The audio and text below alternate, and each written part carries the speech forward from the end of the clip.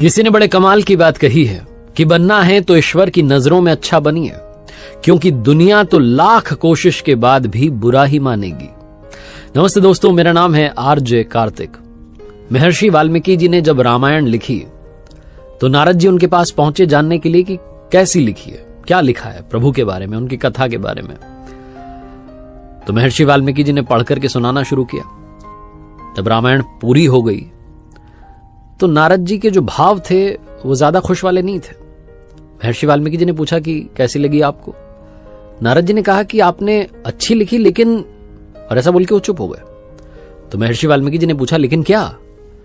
नारद जी ने कहा लेकिन हनुमान जी ने जो लिखी है वो अद्भुत लिखी है, बहुत अच्छी लिखी है। और ऐसा बोल करके वहां से चले गए। वो चले गए, लेकिन ये जो विचार था, जो बात थी, महर्षि वाल्मीकि जी के दिमाग में बार बार घूमती रही। उन्होंने बहुत कोशिश की, लेकिन बार बार ये विचार आ रहा था। तो उन्होंने सोचा कि मिलने चल ही देता हूं, मिलकर आता हूं, हनुमान जी ने क्या लिखा है सुनकर आता हूं।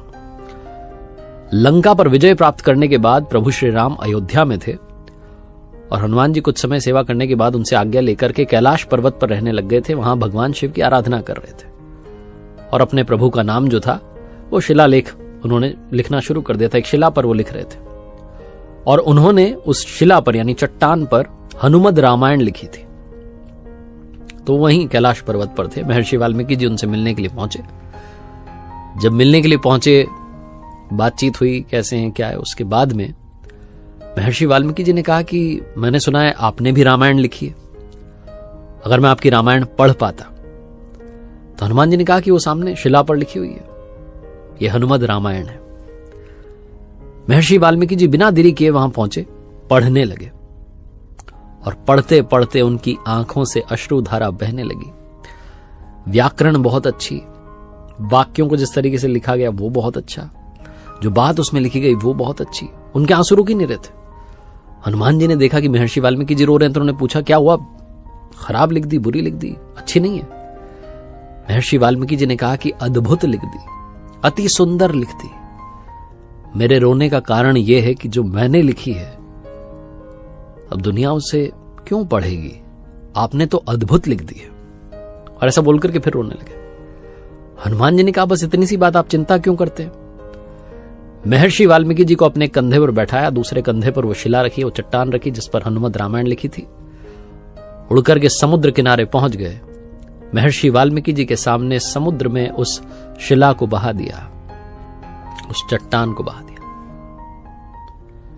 महर्षि वाल्मीकि जी ने कहा कि ये क्या कर दिया, आपने जो लिखा था वो सब अब समुद्र में चला गया। हनुमान जी ने कहा कि आपके लिए रामायण बहुत आवश्यक है जो आपने लिखी है, क्योंकि उससे आपको दुनिया जानेगी कि महर्षि वाल्मीकि थे। मेरे लिए प्रभु का नाम बहुत आवश्यक है। आप रामायण की चिंता कीजिए, मैं प्रभु की चिंता करता हूं। उस समय महर्षि वाल्मीकि जी को समझ में आया कि राम से बड़ा राम का नाम। हनुमान जी ने कहा हर पल हर क्षण मैं उनका नाम सुमिरन करता हूं, बस कुछ नहीं चाहिए और। मेरे लिए प्रभु श्री राम आवश्यक है, उन्हें मैं याद रखूं, इसलिए तो रामायण लिख रहा था। आप रामायण लिख रहे थे कि विश्व आपको याद रखे। महर्षि वाल्मीकि जी को बहुत बड़ी बात समझ में आई। ये कथा जो, ये जो कहानी है, ये आपकी हमारी जिंदगी में भी, हमारे जीवन में भी अप्लाई होती है।